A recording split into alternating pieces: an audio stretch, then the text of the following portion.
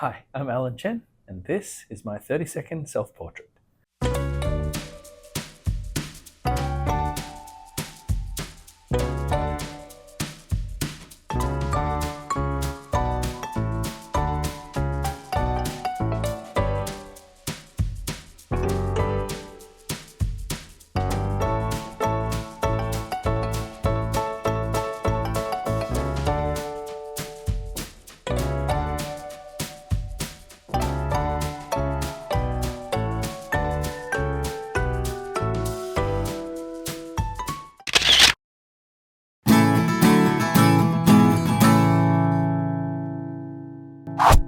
Hi, Alan. Hello. Welcome to Think Visual with Shapeshifters. The tables have turned today. You are the interviewee. This is all strangely familiar. Yes. I should be wearing that t-shirt. Damn it. What is this?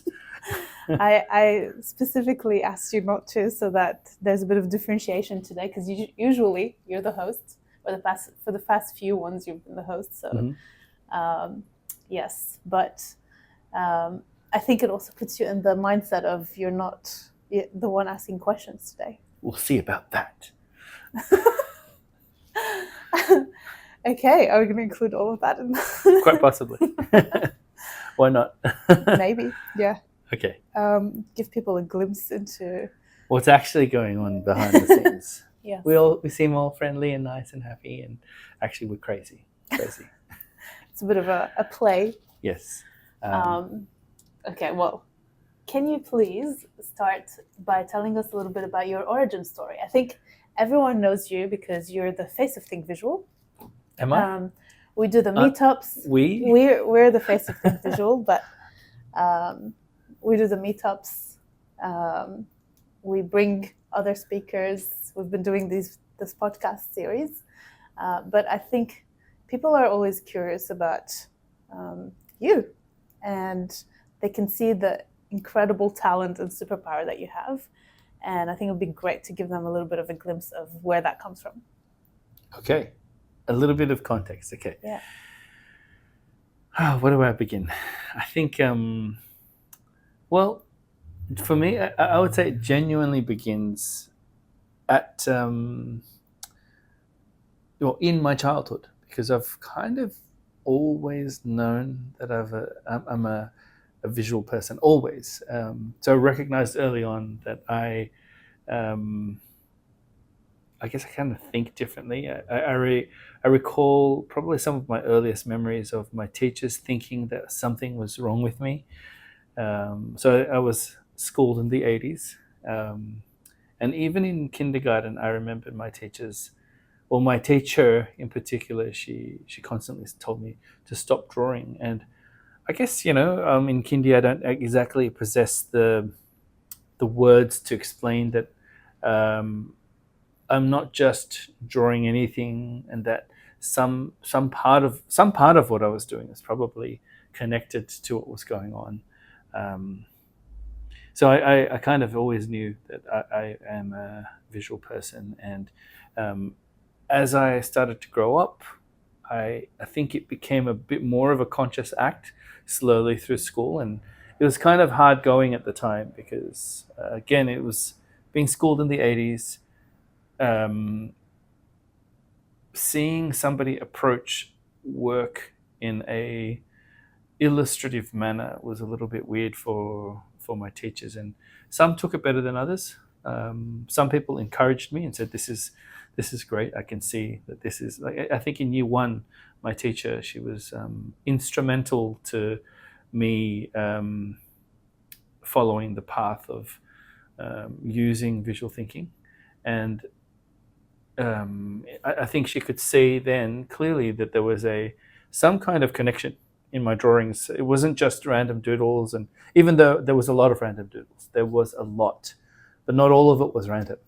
So I draw, superheroes, werewolves, monsters of all kinds, dinosaurs, but there was also parts of the page that were dedicated to what was being said and what was happening.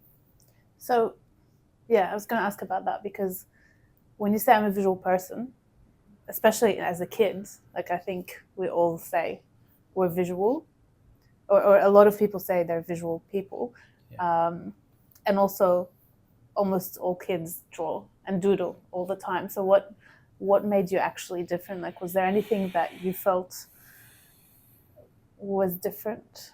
Definitely. I think the way I describe it is that when people would speak, I would immediately get very detailed, crisp images in my mind of what it is they were talking about. So I think an example would be if someone said the word dog, I wouldn't just get a picture of any random dog. I would get all the pictures of all the dogs that I'd ever seen, and they all start to kind of cram my head full of things. And I think that was very hard to initially process, and it made things like spelling slow for me. So it's not that I was dyslexic. And some of the teachers were like, "Oh, Alan's learning progress is rather slow in this," but then other teachers were saying there's a bit of a contrast because they can see that I have some initial problems with dictation. You know, that exercise where the teachers are kind of speaking out the words and I'm trying to spell it out. I struggled immensely with that. But then again, I was reading Narnia when I was 7 or 8 years old, and no problem reading through any of those books. I loved reading those books because my mind would create this rich imagery, three-dimensional worlds that I could actually see and experience.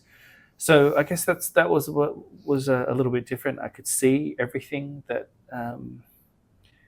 was being said to me with no delay. Like it would instantly occur, and it would be kind of confusing because I didn't know exactly what I was supposed to do with it, and I thought that everyone thought the same way. And in fact, actually, I think that I believed that everyone thinks the same way up until recently. I remember we were chatting, and I was like, "You see it like that, right?" And you were saying, "No, you don't see things that way." So, No. Yeah, it was. So it's kind of like rich imagery that's in my mind, and it took purposeful consideration and training and encouragement for me to know that, okay, I don't need everything. I just need one image or two.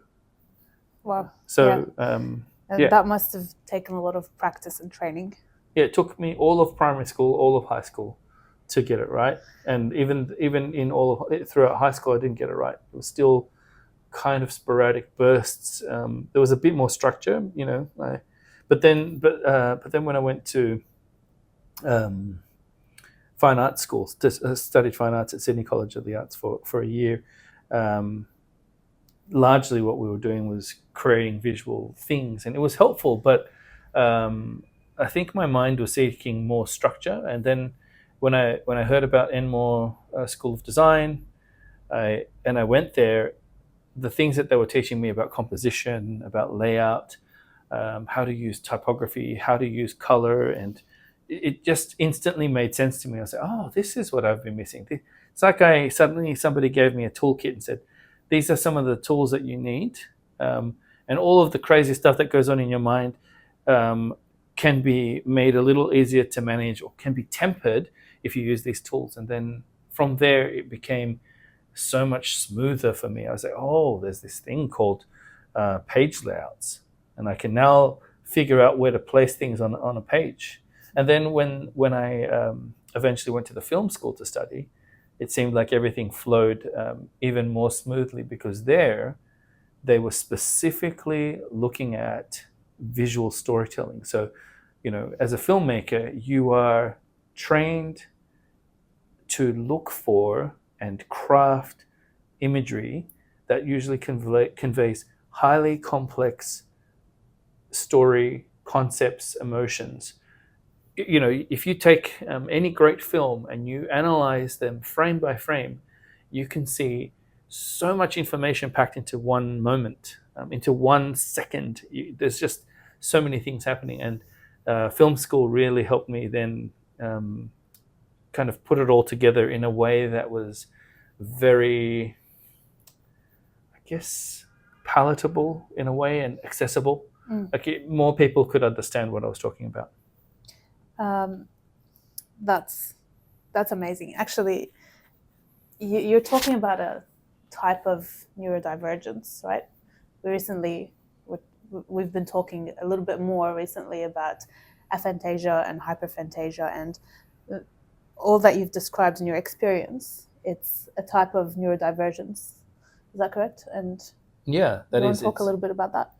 Yeah, so I've known about aphantasia for a good many years actually. Now it's probably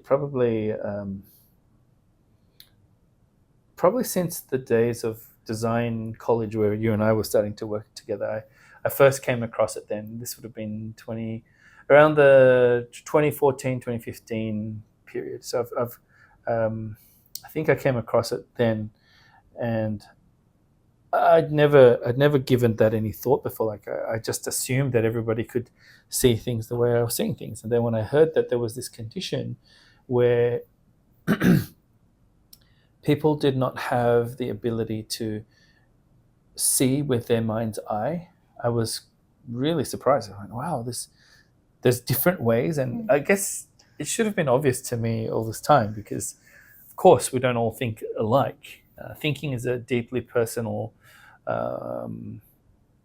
activity, right? And especially with your experience in school. Oh yeah, because you were thinking basically different than for all sure. the other kids. I think I just thought that something was wrong as a kid, or that maybe I was struggling. I don't know. I just learned in a way that was inefficient, perhaps.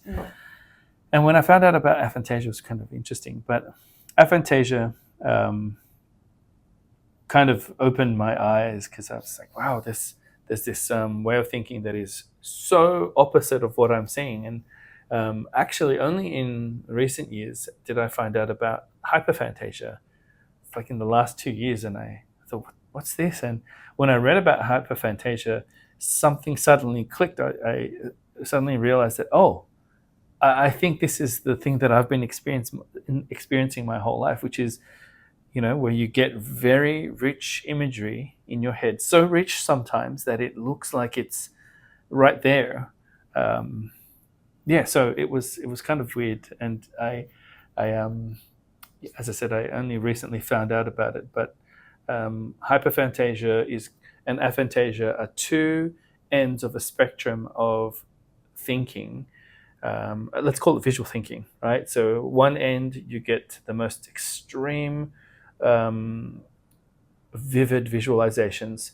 The other end you get nothing at all.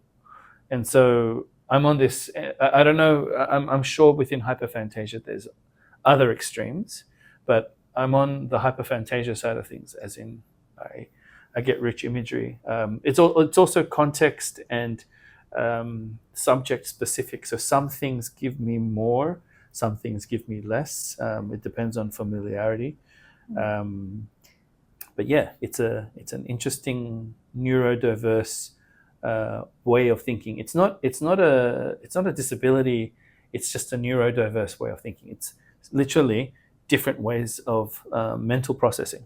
Yeah, and when you were talking about you thought at school that something was wrong with you, it's actually more that something was wrong with the system because it's just designed for one type of learner. Yeah. And so, that's unfortunate, but it sounds like you found different ways to thrive and you had the right support. Yeah, I definitely did. I've had good voices. My parents were both teachers, and they I guess they knew that I wasn't dumb.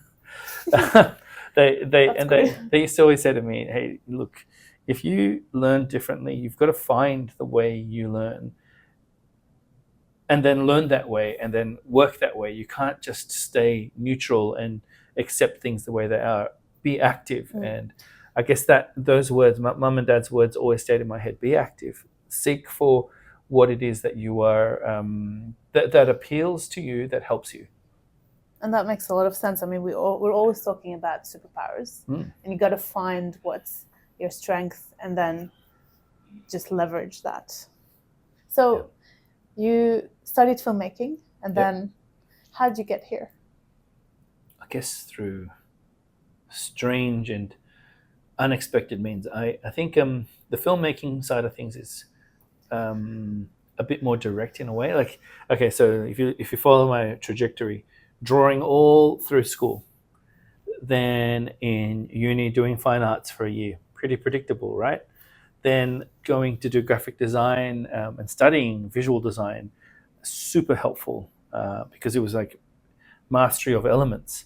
Then from studying graphic design to doing filmmaking, which was like the one visual craft that includes all other visual crafts, right? Because you're using spatial, you're using light, you're using so many different elements, as well as 2D things. Yeah.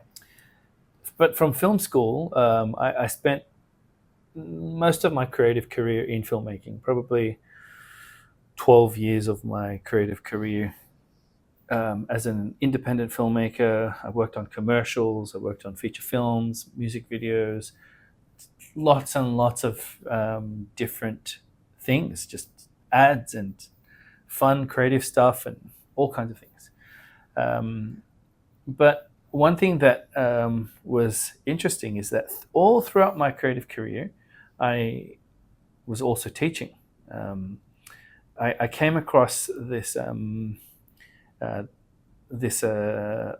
ad years and years ago, which was to teach at a small design college, and it was to teach the things that I know really well, which is filmmaking and illustration and visual design. I was like, oh, I know this quite well. I can definitely do this. And they were after somebody who had industry experience.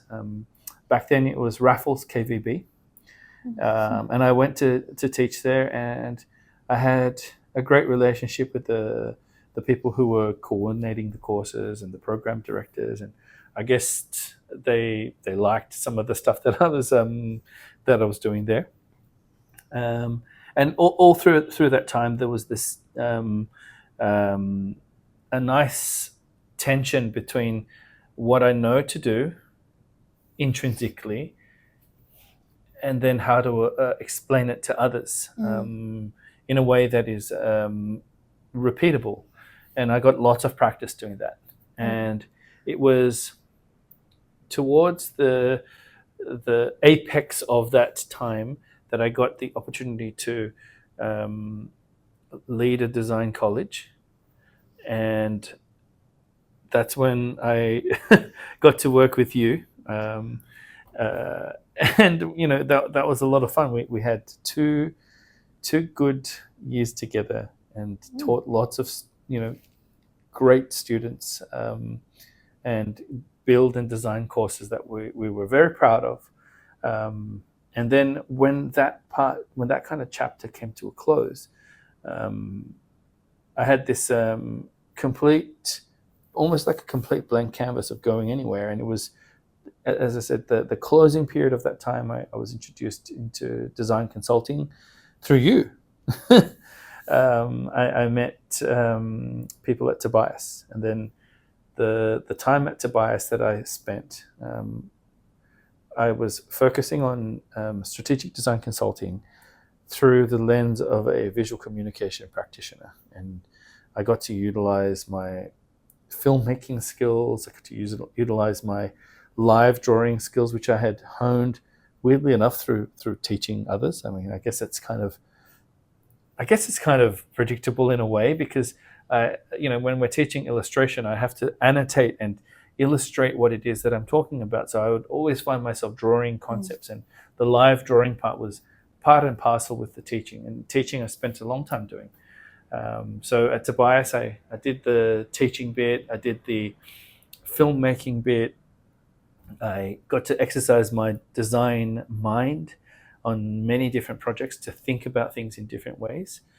And it was at the end of that time that I realized that this was something that I could offer. It was like the sum total of all the things that I'd ever worked on had now given me a unique opportunity to be able to help organizations and people in a way that is unlike anything else, and that's I guess how we started Shapeshifters. I mean, technically, we started Shapeshifters while we were actually teaching together, but to help people in this way that we're doing now, I think it came towards the end of my time consulting, came towards the end of your time as a visual communication lead, at the college that you were teaching at. And it was like the sum total of, okay, apply all this educational knowledge that we have, all this consulting and all this crazy creative industry stuff, and we can help people in ways that are truly unique and innovative. Yeah, that's how I got here. I have to say, Alan, every time I've heard this, I've heard your journey and your story so many times, and every time I listen to it, it's just very inspiring, and I'm in awe because it's just so rich, and you can really tell that all of that, like every single part of your journey, led to this. Like it kind of formed you bit by bit. Yeah. Formed your thinking, formed your approach, and now what we do today at Shapeshifters, it feels like it's really the culmination of all of it. And I feel like a lot of our work stands out because of the combination of that history that you have. I think also, if I am to describe you in one word, it would be storyteller. It wouldn't be illustrator. It would be more storyteller. And it's because no matter what medium, even when you're telling a story, just by words, it's very rich in imagery, in emotion, and like you're just a very good storyteller.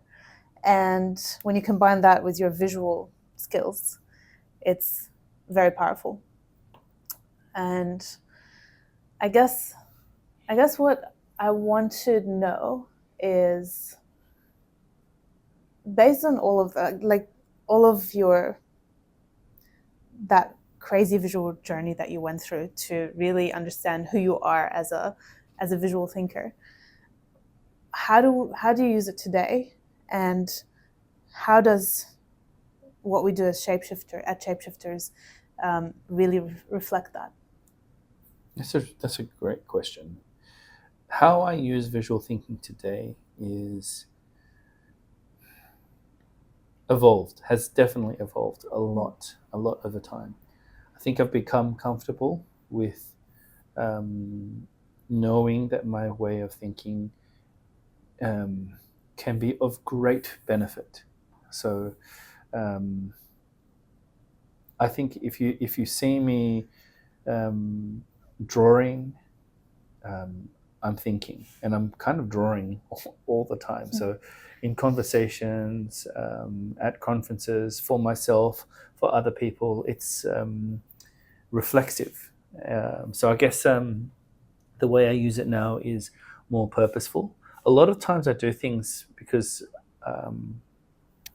I need it myself. I don't often draw. I think because I want to show others. Like my sketchbooks and my iPad, and it's just littered with sketches because it's just how I think. I need to get the ideas from my mind out so that I can see and understand what it is that's kind of going on. I can process my thoughts. It's like a part of my thinking must happen externally.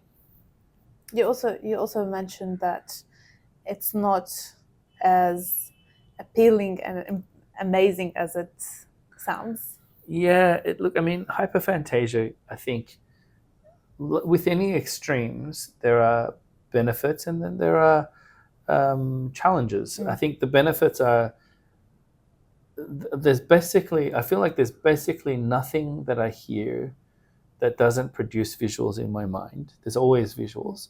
And the richness or the lack of richness is dependent on the context and emotional state and lots of other things too. But I always have visuals.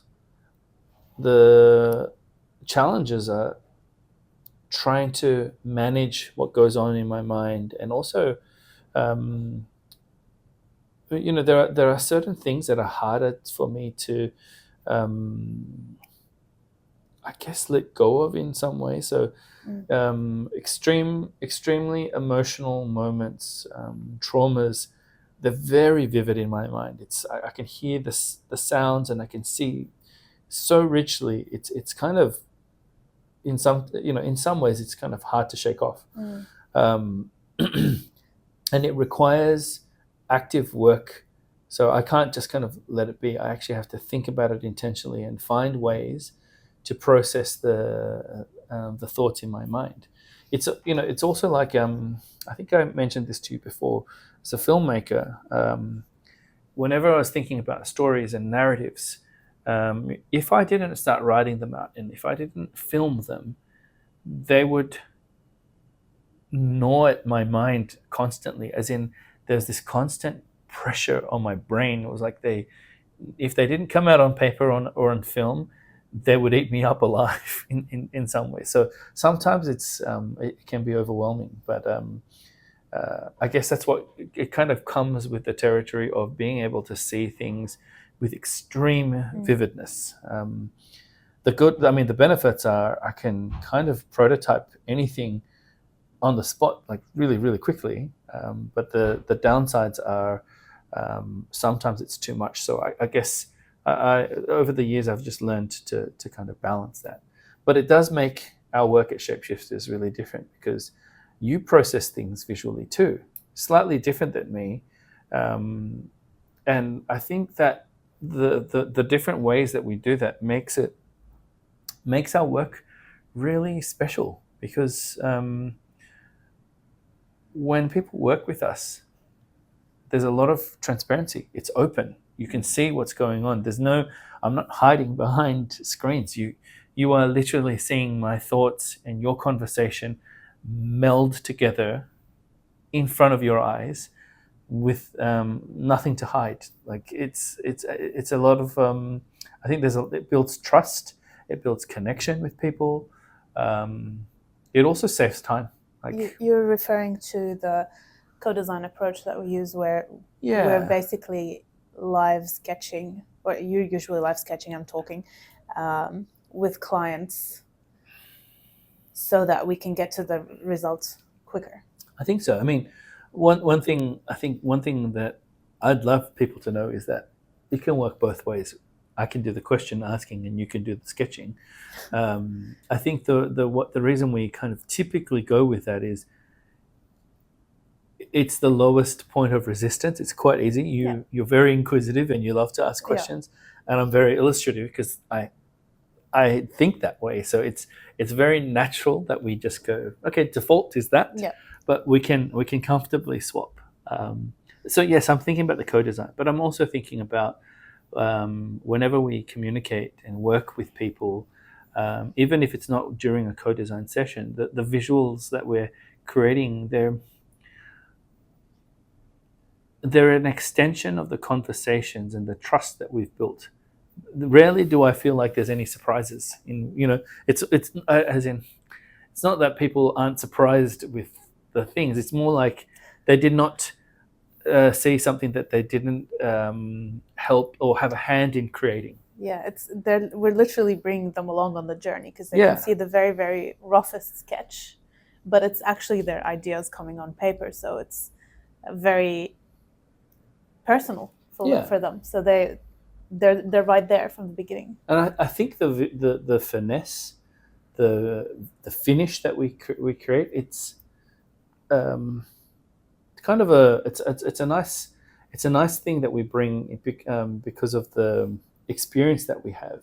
But it's actually it's not as valuable as the part where we are actually able to bring people along together and do things together, because it makes it so much more clear. I think clarity is the really important part. People are clear about what it is that they're getting and what it is that they're designing, because it's literally appearing right before their eyes. And you and I have talked about this a lot. Because of our background in consulting and education and design, like all of these different things, and visual communication and storytelling, we've talked about what is it that we actually do, because it's not just visual thinking where we just create images in real time. There's a little bit more, and I'm talking about obviously the services that we offer at Shapeshifters. Maybe really quickly, why do we call ourselves communication design? What we do is communication design, and specifically, I suppose we've been angling it a little bit towards strategic communication. And why do we call it that? So another good question. If you can picture the iceberg diagram, right, where there's the tip of the iceberg, and everyone sees, the fact that we illustrate, the fact that we're visual thinkers. That's right at the very, very top. It's the things that are easily identifiable as us. I think the thing that goes underneath, the massiveness of what happens underneath, is our rich understanding of design and the design process. Our understanding that strategy is something that happens over a period of time. It's not something that is accidental or you hope works away. It's very intentional, and we know how to work intentionally towards things. So we understand strategy, we understand design, and the communication part of it, we understand that intimately well because that's our background. We are great at all forms of communication. So I think we can speak, sure. We can create illustrations, definitely. But we also can craft beautiful videos. We can wireframe and prototype. There's almost no way of, no form of communication that we are not well versed in. We also write copy for many of our clients as well, because part of my background is writing as well. I've written screenplays, worked as a script editor. It's part and parcel with the all of the creative industries that we've worked in, and we bring all of that richness. I think between you and me together, there's over 30 years, like 35, almost 40 years worth of creative experience that we bring to a table, and that's quite a lot. That's quite unique, not easily replicable. Yeah, I was thinking, is this starting to sound a bit too much like marketing? We're promoting what we do, but really, because I actually think that this is really worth talking about, because not a lot of people really see the value of it. And people sometimes look at what we do or come up to you at an event and are like, wow, how did you do that? And it's true. It's a little bit like magic what you create at an event, right there on the spot.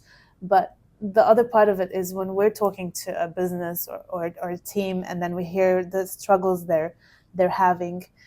Usually, a lot of times it's because there's miscommunication.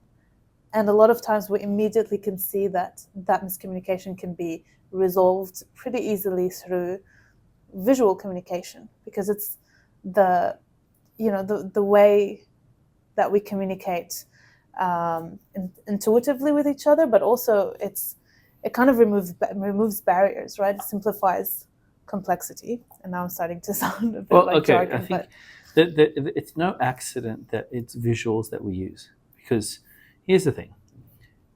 My words can easily be misconstrued. You can understand it one way, someone else can understand it a completely different way. And that's because our relationship with words is different than our relationship with imagery. With words, people can switch off, ignore, they can skip parts. They can often say, oh, I didn't hear that part. I didn't hear it like that. With images, we don't have any filters on our eyes are actually the filters for our minds. And they don't filter anything. They actually, so when we walk around, like we walk around with our eyes open and do our thing, we're taking in like billions and billions of bits of information instantaneously without us even knowing. And so if you use visuals to communicate, you're already using something that can immediately cut through and get into the mind rapidly. But the other thing is we're using it in a way because we understand that the craft of visual communication allows us to make messages stand out and stick to the mind, so they can be retained in your memory for much longer than, if you said something, it's so easy to forget. Yeah. Okay. Well, we're coming to almost the end of our conversation, but I wanted to ask you. You mentioned before, let's call phantasia and hyperphantasia and aphantasia the visual thinking kind of spectrum. Do you think that's actually the case, or is there a little bit of a differentiation? Because in my head, the mind's eye, and we know some people who have aphantasia and are amazing sketch noters and visual thinkers. What's the difference, and can someone grow in visual thinking even if they're not, as they don't think as vividly as you do? Oh yeah, even as vivid as my mind is, if I sketch things down, I have a much better understanding than when I just leave it in my head. Even me, and I can see things quite vividly. So whether you have aphantasia or phantasia or hyperphantasia, you can hone this your ability to think visually if you apply it in the physical sense. There's something very special that happens when you pick up a pen and you write things and sketch things out on a piece of paper. The paper itself kind of speaks back to you. So there's this unique relationship that happens. And also the other thing is the physical act of sketching activates different parts of the brain that do not become active if you're typing things out.